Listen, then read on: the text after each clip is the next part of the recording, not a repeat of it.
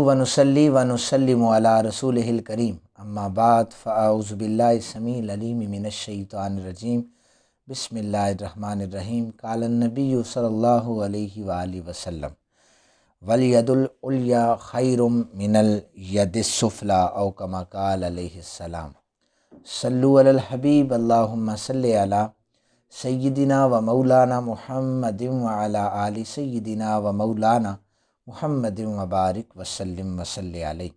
ہماری گفتگو کا عنوان نیکی کے کاموں میں خرچ کرنے کے حوالے سے ہے۔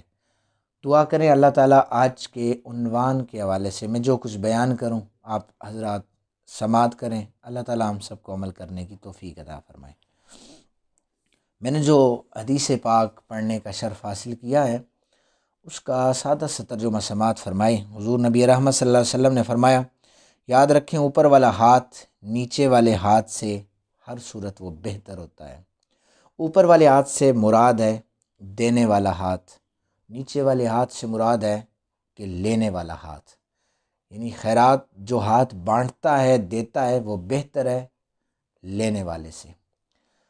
حضرت ضیاء الامت جسٹس پیر محمد کرم شاہ صاحب الازہری رحمۃ اللہ تعالی علیہ، آپ نے فرمایا کہ جب کسی بندے کا ہاتھ یوں ہو جاتا ہے نا دینے والا، تو پھر کسی کے آگے اللہ اسے ہاتھ نہیں پھیلانا دیتا۔ جو بندہ دیتا رہتا ہے اللہ تعالیٰ پھر اس کا ہاتھ ایسے نہیں ہونے دیتا، ہمیشہ اسے دینے والا بنا دیتا ہے۔ اب اس ضمن میں احادیث سماعت فرمائیں گے۔ سیدنا ابو ہریرہ راوی ہیں، نبی پاک صاحب الاولاق صلی اللہ علیہ وسلم نے فرمایا، ہر روز جب سورج طلوع ہوتا ہے بندوں پر تو دو فرشتے جو ہیں آسمان سے نازل ہوتے ہیں۔ ان میں سے ایک فرشتہ یہ کہتا ہے، اللہم آتی منفقا خلفا، اے پروردگار عالم خرچ کرنے والے کو مزید عطا فرما دے۔ اور دوسرا فرشتہ یہ کہتا ہے، اللہم آتی ممسکا تلفا، اے اللہ بخیل کے مال کو برباد فرما دے۔ یعنی جب بندہ صبح نکلتا ہے کاروبار کے لیے، کسی بھی کام کے لیے، کمانے کے لیے، روزی کمانے کے لیے، تو دو فرشتے ایک یہ دعا کرتے ہیں، یا اللہ یہ خرچ کرنے جا رہا ہے، اللہ اس کے مال میں برکتیں عطا فرما۔ اور دوسرا فرشتہ دعا کرتا ہے، یا اللہ اگر یہ بچا کر رکھتا ہے، یہ بخیل ہے، تو پھر اس کے مال کا کوئی فائدہ نہیں، اس کے مال کو برباد کر دے۔ یہ بخاری و مسلم نے اس حدیث پاک کو صحیح کہا ہے۔ نبی پاک صاحب الاولاق صلی اللہ علیہ وسلم نے فرمایا، اللہ تعالیٰ فرماتا ہے، اے میرے بندے میری راہ میں خرچ کر، میں تجھ پر خرچ کروں گا۔ سرکار دو عالم صلی اللہ علیہ وسلم نے فرمایا، اللہ تعالیٰ کا ہاتھ خزانوں سے بھرا ہوا ہے، تم دیکھتے نہیں ہو کہ آج تک جب سے کائنات بنائی گئی ہے آسمانوں سے زمینوں سے خزانے برسائے جا رہے ہیں، اور اللہ کے خزانوں میں ایک ذرہ برابر بھی کسی قسم کی کمی نہیں ہے۔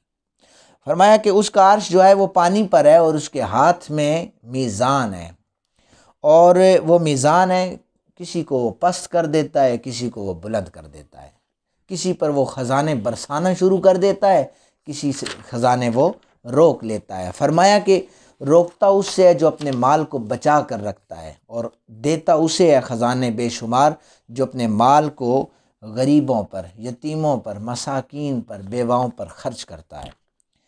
حضرت قیس کے بھائیوں نے جا کر شکایت کی، یہ ایک صحابی ہیں، ان کے بھائیوں نے شکایت کی کہ یا نبی اللہ صلی اللہ علیہ وآلہ وسلم، قیس مال میں بہت زیادہ فضول خرچی کرتا ہے۔ حضور نے فرمایا کہ قیس کو میری بارگاہ میں بلایا جائے۔ حضرت قیس بن صلح انصاری رضی اللہ تعالیٰ عنہ تشریف لائے۔ حضور نے فرمایا کہ قیس تیرے بھائی کیا کہہ رہے ہیں کہ تو بہت زیادہ مال خرچ کرتا ہے؟ سنیے گا ذرا حضرت قیس کا جواب۔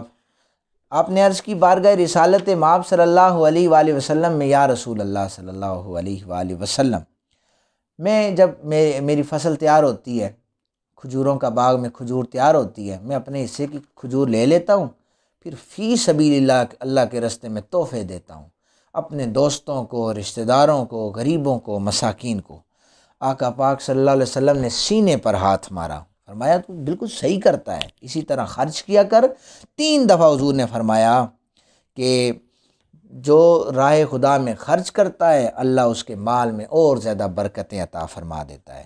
تو حضرت قیس کہتے ہیں پھر ایسے ہوا کہ پھر جب میری فصل تیار ہوتی تھی، جو میرا مال جب تیار ہوتا تھا میرے بھائیوں سے اللہ تعالیٰ اسے 10 گنا زیادہ بڑھا دیتا تھا، اس لیے کہ حضور نے فرمایا جو خرچ کرتا ہے اللہ اس کے مال میں اضافہ کر دیتا ہے۔ حضرت انس راوی ہیں، فرماتے ہیں کہ نبی پاک صلی اللہ علیہ وآلہ وسلم نے فرمایا آدمی کے 3 طرح کے دوست ہیں۔ ایک وہ دوست ہے جو کہتا ہے میں تیرے قبر میں پہنچنے تک تیرے ساتھ ہوں، اور یہ ہے انسان۔ دوسرا وہ دوست ہے جو کہتا ہے کہ جو تو نے راہ خدا میں خرچ کیا یا بچا کر رکھا، جو راہ خدا میں خرچ کیا اور جو بچا کے رکھا وہ تیرا مال نہیں ہے، تو یہ ایک مال ہے، یہ دوست ہے۔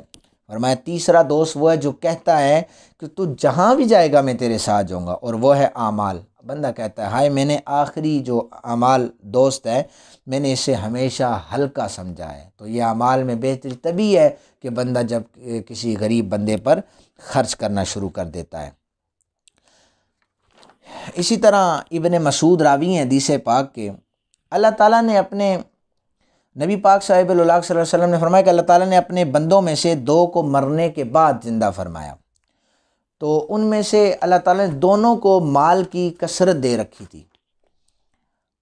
اللہ تعالیٰ نے ارشاد فرمایا ایک بندے کو زندہ کر کے کہ جو میں نے تجھے مال اور اولاد دی تھی تو نے کس طرح ان پر خرچ کیا؟ تو وہ ایک جو زندہ ہونے والا شخص ہے وہ یہ عرض کرتا ہے مالک لم یزل، تو نے مجھے سب کچھ دیا تھا، تو میں نے اس ڈر سے کہیں میری اولاد میرے مرنے کے بعد مفلس نہ ہو جائے، غریب نہ ہو جائے، کسی کے آگے ہاتھ نہ پھیلائے، میں نے ان میں خرچ کر دیا تھا، اپنی اولاد کے لیے مال چھوڑا تھا کہیں وہ مفلس نہ ہو جائیں۔ تو رب فرماتا ہے تو ڈر رہا تھا نا، اس ڈر کی وجہ سے تو نے مال خرچ نہیں کیا، تو لے میں نے تیری ساری اولاد کو غریب بنا دیا ہے، مفلس بنا دیا ہے، ہاتھ پھیلانے والا بنا دیا ہے۔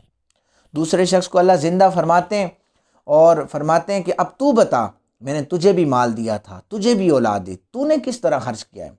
تو وہ شخص کہتا ہے مالک تیرا وعدہ تھا کہ تو پتھر میں بھی کیڑے کو رزق دیتا ہے، تو بس میں نے یہ سنا تھا، میں مال کو خرچ کرتا رہا، اپنی اولاد کو تیرے آسرے پر چھوڑا کہ مالک تو جانے اور میری اولاد جانے۔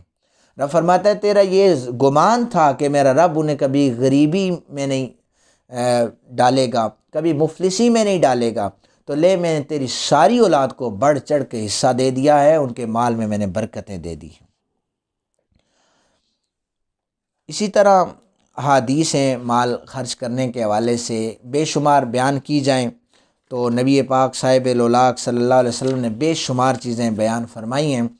دعا کیا کریں اللہ تعالیٰ ہم سب کو عمل کرنے کی توفیق عطا فرمائے، خرچ کرنے والا بنائے، اللہ کے راستے میں خرچ کرنے والا بنائے، یتیموں پر خرچ کرنے والا بنائے، مساکین پر خرچ کرنے والا بنائے۔ آپ کو میں نے پہلے بھی ایک حدیث پاک سنائی، آپ ایک کھجور، حضور نے فرمایا جنت لینا چاہتے ہو، جنت بڑی آسان ہے، ایک کھجور کے بدلے تمہیں مل جائے گی، ایک کھجور اللہ کے راستے میں دے دو، تمہیں تمہاری نیکیوں میں اضافہ کر دیا جائے گا۔ تو اللہ تعالیٰ سے دعا کریں اللہ تعالیٰ ہم سب کو عمل کرنے کی توفیق عطا فرمائے۔ وما علینا